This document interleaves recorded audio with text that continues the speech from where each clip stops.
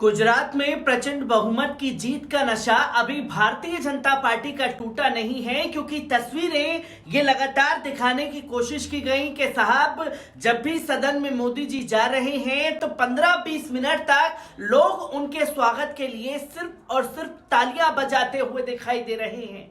पर ये तालियां सिर्फ गुजरात के प्रचंड बहुमत पर ही फोकस कर दिया गया है। हिमाचल चुनाव हारे उसका कहीं जिक्र नहीं, दिल्ली एमसीडी चुनाव हारे उसका कहीं जिक्र नहीं, 5 राज्यों में उपचुनाव हुए वो हारे उसका कहीं जिक्र नहीं। पर जो महाराष्ट्र भारतीय जनता पार्टी की नाक का सवाल बना हुआ है, वहां ग्राम पंचायत के चुनाव में किस तरीके से हार का सामना करना पड़ा है, इसे दिखाने को गोदी मीडिया बिल्कुल तैयार नहीं है, क्योंकि तस्वीरें लोगों के सामने आ चुकी हैं और उद्धव ठाकरे गुट का वर्चस्व जो है वो ग्राम पंचायत चुनाव में देखने को मिला है। आदाब, नमस्कार, अस्सलाम वालेकुम नाजरीन, पल पल न्यूज के न्यूज रूम से मैं हूं आपके साथ नदीम अकरम। इस बार ज्यादा ना बात करते हुए आपको बता दें कि महाराष्ट्र के रत्नागिरी जिले में 222 ग्राम पंचायतों के चुनावों में शिवसेना यानी कि ठाकरे गुट ने एक बार फिर अपना दबदबा कायम रखा है। 101 ग्राम पंचायतों में ठाकरे गुट का दबदबा बरकरार रहा है। खेड़ विधानसभा क्षेत्र में शिंदे गुट के विधायक योगेश कदम ने जोरदार प्रदर्शन किया, तो वहीं रत्नागिरी में भी पालक मंत्री उदय सामंत ने ठाकरे गुट को जोरदार झटका दिया है। इन दोनों निर्वाचन क्षेत्रों में ठाकरे गुट की शिवसेना ने बड़ी छलांग लगाई है और जबरदस्त तरीके से हार का सामना शिंदे गुट और बीजेपी गुट को देखना पड़ा है। गुहागर और राजपुर में ठाकरे गुट के विधायक भास्कर जाधव और विधायक राजन साल्वी अपना वर्चस्व कायम रखने में सफल रहे हैं। वहीं चिपलून निर्वाचन क्षेत्र में भी उद्धव ठाकरे समूह ने राकपा को हराया है। तो वहीं जिले में 222 ग्राम पंचायतों के चुनाव में कड़ा मुकाबला हुआ और शिवसेना ठाकरे गुट ने 101 ग्राम पंचायतों पर जीत दर्ज की है। तो वहीं शिंदे समूह ने 45 ग्राम पंचायतों पर कब्जा किया है। वहीं बीजेपी ने 19, एनसीपी ने 8 और कांग्रेस ने 3 ग्राम पंचायतों पर जीत हासिल की है। ग्राम पनेल ने 45 सीटों पर अपना दबदबा कायम किया है, जहां यह वर्चस्व दिखाने की लगातार कोशिश की गई है कि भारतीय जनता पार्टी का जो है वो डंका महाराष्ट्र में भी बज रहा है और महाराष्ट्र की जनता जो है वो ठाकरे गुट को सबक सिखाएगी। पर असल में जब ग्राम पंचायत के नतीजे सामने आए हैं तो भारतीय जनता पार्टी के पैरों तले जमीन खिसक गई है। 101 सीटों पर उद्धव ठाकरे गुट ने एक जगह कब्जा किया है, तो 45 सीटें जो हैं वो शिंदे गुट को गई हैं, तो वहीं सिर्फ और सिर्फ 19 सीटें भाजपा को गई हैं। अगर भाजपा और ठाकरे गुट का मुकाबला देखा जाए तो भाजपा टक्कर में कहीं ठाकरे गुट की दिखाई नहीं दी है। इसकी और तस्वीरें भी सामने आ रही हैं। एक बार इस पूरी रिपोर्ट पर नजर डालते हैं। महाराष्ट्र में ग्राम पंचायतों के लिए हुए चुनावों के नतीजे मंगलवार यानी कि 20 दिसंबर को जारी कर दिए गए, जिसे मीडिया ने छुपा लिया। बीजेपी, शिवसेना, कांग्रेस ने पंचायत चुनाव में अपनी अपनी जीत का दावा किया है। शिवसेना उद्धव बाला साहब ठाकरे प्रमुख उद्धव ठाकरे ने कहा कि जीत का दावा करना बेमानी होगी, क्योंकि ग्रामीण इलाकों में लोग स्थानीय समीकरण के आधार पर चुनाव लड़ते हैं, जो जमीनी मुद्दों पर देखते हैं। इससे किसी पार्टी का सिंबल इस्तेमाल नहीं किया जाता, इसलिए किसी पार्टी की हार या जीत कहना पूरी तरीके से गलत है।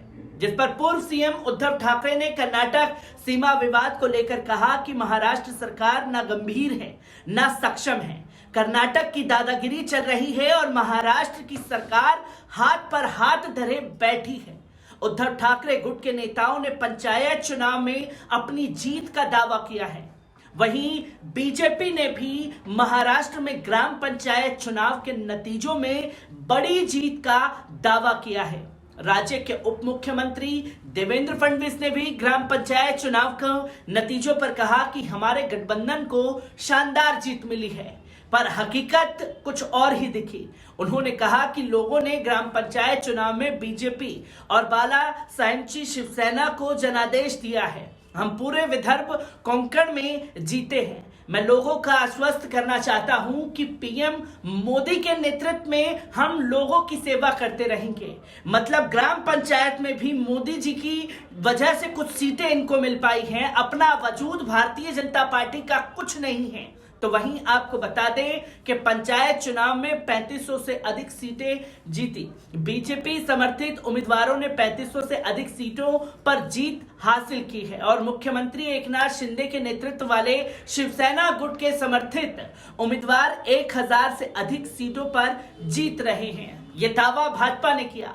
उधर कांग्रेस ने बीजेपी के दावे को झूठा कहकर खारिज कर दिया और कहा कि अकेले कांग्रेस से सबसे अधिक 900 से अधिक सरपंच चुने गए हैं। राज्य कांग्रेस प्रमुख नाना पटोले ने कहा कि महाविकास अघाड़ी की जीत हुई है। सरपंच सीटों की संख्या बीजेपी की तुलना में कहीं ज्यादा है।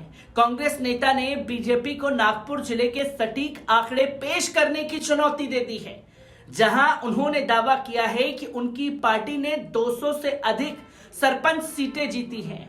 तो वहीं महाराष्ट्र में रविवार को 18 दिसंबर को 7135 ग्राम पंचायतों के लिए हुए चुनाव में 74% मतदान दर्ज किया गया था।